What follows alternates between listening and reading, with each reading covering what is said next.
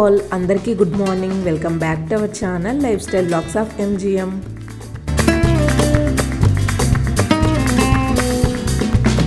ఇంటి నోట్లో కింద పడతామా.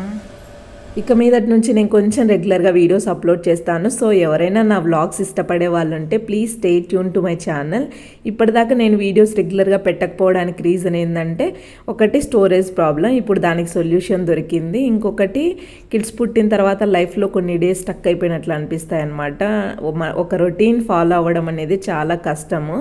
ఇప్పుడిప్పుడే నా పిల్లలు అర్థం చేసుకోవడం స్టార్ట్ చేశారు. నేను వీడియో షూటింగ్ చేస్తున్నా కూడా వాళ్ళైతే నన్ను డిస్టర్బ్ చేయట్లేదు. ఇంతకుముందు నితిన్ అయితే ట్రైపాడ్ కింద పెడితే చాలు వచ్చి తోసేసేవాడు అనమాట, దాన్ని ఏదో ఒకటి చేసేవాడు. బట్ ఇప్పుడు వాడు దాని జోలికి అయితే వెళ్ళట్లేదు, సైలెంట్గా ఉంటున్నాడు. నేను అంటే ఇన్ కేస్ వెళ్తున్నా కూడా అంటే చాలు పక్కకి వెళ్ళిపోతాడనమాట. సో ఇంకా వాళ్ళకి అన్నీ అర్థమవుతున్నాయి. సో నాకు నచ్చినట్లు ప్రజెంట్ అయితే నేను లైఫ్ లీడ్ చేయగలుగుతున్నాను. ఇంతకుముందు ఎలా ఉండేదంటే నా లైఫ్ నా కంట్రోల్లో లేకుండా అయిపోయిందనమాట. కొద్ది రోజులు అంతే, లైఫ్ అట్లనే ఉంటుంది పిల్లలు పుట్టిన తర్వాత. ఈరోజు వీడియోలో థర్స్డే ఆఫ్టర్నూన్ టు నైట్, ఇంకా ఫ్రైడే మార్నింగ్ టు ఆఫ్టర్నూన్ నేను ఏమేమి పనులు చేసుకున్నానో మీతో షేర్ చేసుకుంటాను. అయితే థర్స్డే మార్నింగ్ నేను కొంచెం ఎడిటింగ్ వర్క్ అయితే పెట్టుకున్నాను, వీడియో అప్లోడ్ చేద్దామని చెప్పేసి. సో ఇంకా కిచెన్లో హడావిడిగా వంట చేయాల్సి వచ్చింది టైం లేక. అందుకనే కిచెన్ అయితే ఫుల్ మెస్సీ అయిపోయింది. ఇంకా ఇల్లంతా కూడా మెస్సీగా కనిపిస్తుంది కదా. ఇంతకుముందు లేడీస్ కొన్ని రీల్స్ చేశారు, నేను రెడీ అయితే ఇల్లు ఇలా ఉంటుంది, రెడీ కాకపోతే ఇల్లు ఇలా ఉంటుంది అని చెప్పేసి. సేమ్ వే పిల్లలకి స్క్రీన్ ఇస్తే ఇల్లు నీట్గానే ఉంటుంది, స్క్రీన్ టైం ఇవ్వకపోతే ఇల్లు ఇలా మెస్సీగానే అయిపోద్ది అనమాట. నేను వీడియోస్ పెట్టని టైంలో మా పిల్లలిద్దరికీ ఒక రొటీన్ అయితే అలవాటు చేశాను. సో దానివల్లే నేను ఒక రొటీన్ అయితే ఇప్పుడు ఫాలో అవ్వగలుగుతున్నాను. మా నితిన్ మార్నింగ్ ఒక్క పూటే పడుకుంటాడు, మళ్ళీ నైట్కే పడుకుంటాడు. మా గీత అయితే డే అంతా కూడా పడుకోదు. సో పిల్లలిద్దరూ నైట్ ఎర్లీగానే పడుకుంటారు, 9 లోపు పడుకునేస్తారు. ఇంకా మళ్ళీ మార్నింగ్ దాకా లేవరనమాట. సో నాకు కూడా స్లీప్ అయితే కరెక్ట్గా ఉంటుంది ఇప్పుడు, అంటే నిద్ర సరిపోతుంది. ఇంతకుముందు నైట్ టైం కొంచెం లేచేవాడు అనమాట నితిన్ మధ్య మధ్యలో, ఇప్పుడైతే లేవట్లేదు మార్నింగ్ దాకా. నేను కూడా ఆఫ్టర్నూన్ టైం అస్సలు పడుకోను, చాలా డేస్ అయిపోయింది నేను పడుకోక. ఇంతకుముందు 3-4 టైమ్స్ ట్రై చేశాను పడుకుందామని చెప్పేసి, కానీ అదే టైంలోనే మా నితిన్ అయితే పార్టీ చేసేవాడు. ఇంకా నాకు ఆ దెబ్బకి లేచి మళ్ళీ వాడికి అడిగేలోపు నాకు నిద్రపోయేదన్నమాట. ఇంకా ఎందుకులే అని చెప్పేసి నేను ఇంకా పడుకోవడమే ఆపేశాను. పిల్లలిద్దరు కొంచెం పెద్దవాళ్ళు అయిపోయారు కదా, సో నేను ఆడించాల్సిన అవసరం లేదు, వాళ్ళే ఆడుకుంటారు. సో నేను పనులు చేసుకుంటూ ఉంటాను, వాళ్ళు ఆడుకుంటూ ఉంటారు. కాకపోతే నేను మధ్య మధ్యలో చూసుకుంటూ ఉంటాను. అంటే బయట ఇన్ కేస్ బయట వదిలితే మోస్ట్లీ బయటే వదులుతాను, బయట అయితే బాగా ఆడుకుంటారు. కాకపోతే ఇంకా మా నితిన్ ఏదో ఒకటి చేస్తూ ఉంటాడనమాట, అంటే మట్టిలో చేతులు పెట్టడము, లేకపోతే ఏమన్నా నోట్లో పెట్టుకోవడం అట్లా చేస్తూ ఉంటాడు. సో ఇంకా మధ్య మధ్యలో చూసుకుంటూ నేనైతే ఇంట్లో పనులు చేసుకుంటూ ఉంటాను. ఈ విషయంలో మా గీతు బాగా హెల్ప్ చేస్తుంది నాకు. తన ఏజ్ తక్కువైనా కూడా బాగా మెచ్యూర్డ్గా ఉంటుంది. ఇన్ కేస్ వాడు పార్టీ చేశాడు అనుకోండి, నేను ఏదన్నా పనులు చేసుకుంటున్నప్పుడు, ఇంకా వాడు ఏం చేస్తాడంటే అందులో చేతులు పెట్టేయడమో లేకపోతే కాళ్ళతో తొక్కడమో అట్లా చేస్తూ ఉంటాడు.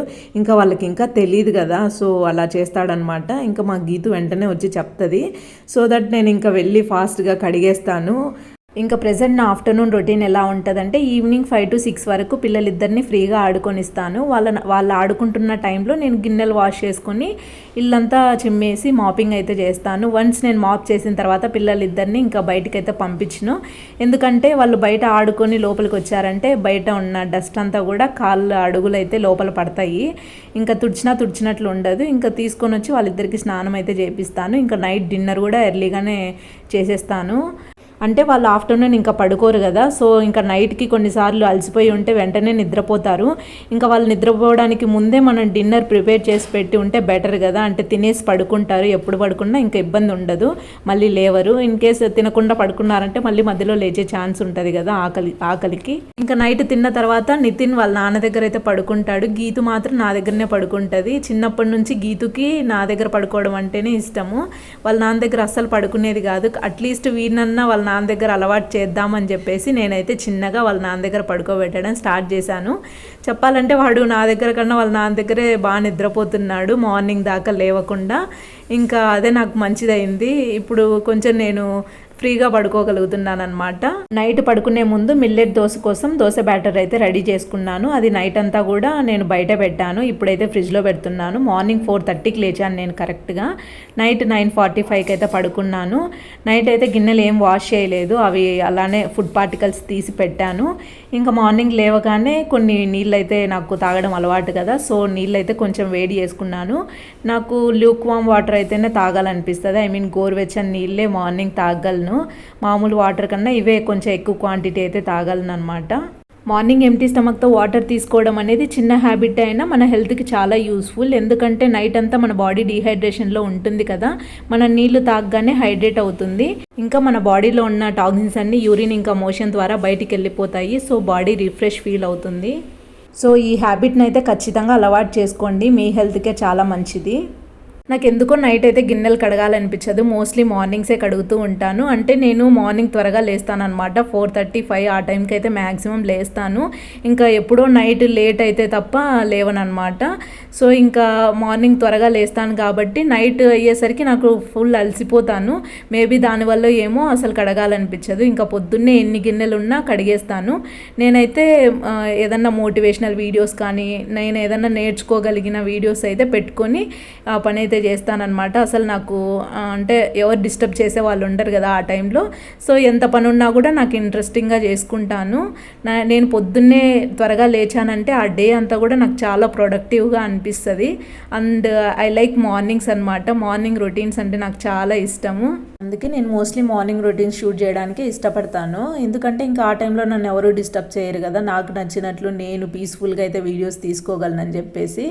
ఇంకైతే నైట్ వర్షం పడింది అనమాట. 1:32 ఆ టైంలో అయితే పడింది బాగా. మామూలుగా అయితే మేము పడుకునే టైంకి వర్షం అయితే స్టార్ట్ అయింది, కాకపోతే అంత ఎక్కువగా పడలేదు, జస్ట్ తుంపరలాగా పడింది అనమాట. మళ్ళీ 1:32 ఆ టైంలో ఎక్కువగా పడింది. అది కూడా ఎలా తెలిసిందంటే ఆ టైంలో కరెంటు పోయింది, లేకపోతే అసలు సౌండే వినపడదు అనమాట. విండోస్ క్లోజ్లో ఉండేదాన్న ఇంకా వినిపించదు. బయటకు వచ్చి చూస్తే కానీ తెలియదు అనమాట మాకు వర్షం పడిందని చెప్పేసి. ఇంకా వర్షంతో పాటు గాలి కూడా బాగా వచ్చినట్లుంది, దెబ్బకు దుమ్ము అయితే ఎక్కువ వచ్చేసింది అనమాట. నిన్న ఈవినింగే అంత నీట్గా ఊడ్చేసాను, అయినా కూడా ఇంకా డస్ట్ వచ్చేసరికి ఇప్పుడు మళ్ళీ ఊడ్చాను అనమాట. నాకు కింద కాళ్ళకి టచ్ అవుతూ ఉంటే ఇంకా నేను ఉండలేను, వెంటనే కసు అయితే తోసేస్తాను. వర్షం పడిందన్న చాలా రోజుల తర్వాత సమ్మర్లో కొంచెం కూల్గా అనిపించింది నాకు ఈరోజు. ఇంకా డోర్ ఓపెన్ చేయగానే ఎంత బాగా అనిపించిందో, కొద్దిసేపు బయటే ఉండాలనిపించింది. కానీ మళ్ళీ ఇంకా టిఫిన్కి లేట్ అయిపోతుందేమో, పిల్లలు లేస్తారేమో అని చెప్పేసి స్టార్ట్ చేశాను.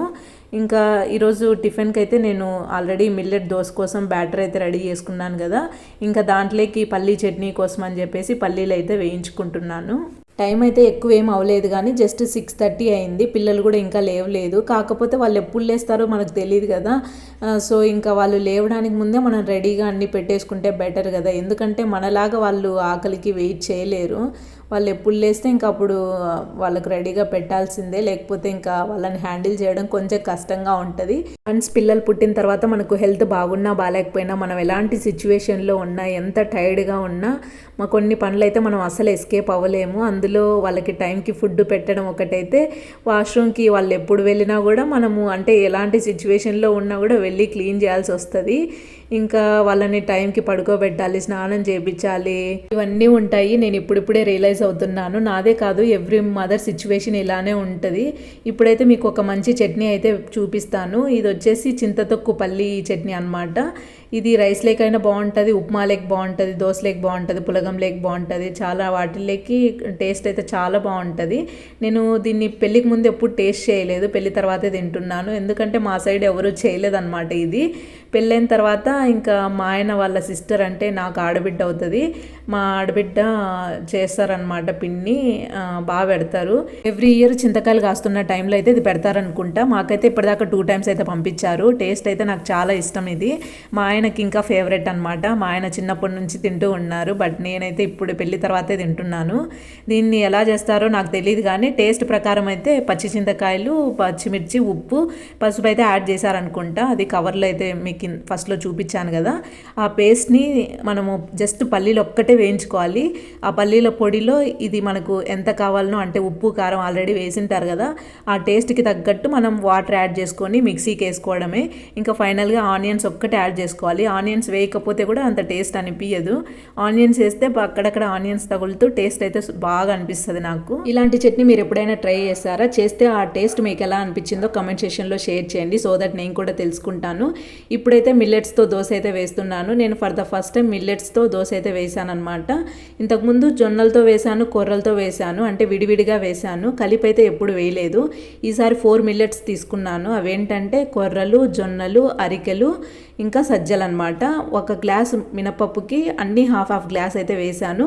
ఇంకా వాటితో పాటు హాఫ్ గ్లాస్ అటుకులు కూడా వేసి 1 స్పూన్ మెంతులు అయితే యాడ్ చేశాను. బట్ మీరు హాఫ్ స్పూన్ వేసుకుంటే సరిపోతుంది. నేను 1 స్పూన్ వేసేసరికి కొంచెం చేదు వచ్చాయన్నమాట.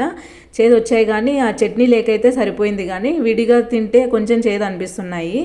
టెక్స్చర్ అయితే చాలా బాగా వచ్చింది. ఇంకా ప్యాన్కి కూడా స్టిక్ అవ్వలేదు, పర్ఫెక్ట్గా అయితే వచ్చాయన్నమాట దోశలు. నేను ఎలా వస్తాయో అంటే ఫస్ట్ టైం ట్రై చేస్తున్నా కదా, బాగా వస్తాయో రావో అని చెప్పేసి తక్కువ క్వాంటిటీ ప్రిపేర్ చేశాను. అయితే దోశలు బాగా వచ్చాయన్నమాట, పిండి కూడా అస్సలు మిగలలేదు.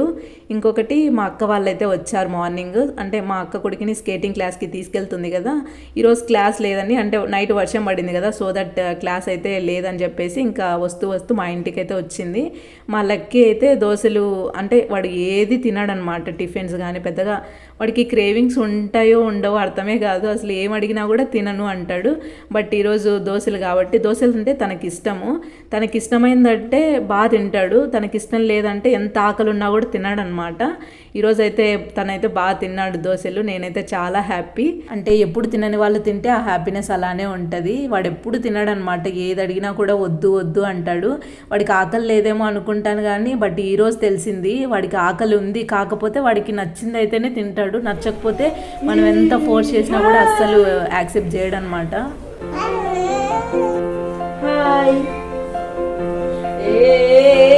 ముద్దు పెట్టు అమ్మకి, ముద్దు పెట్టు.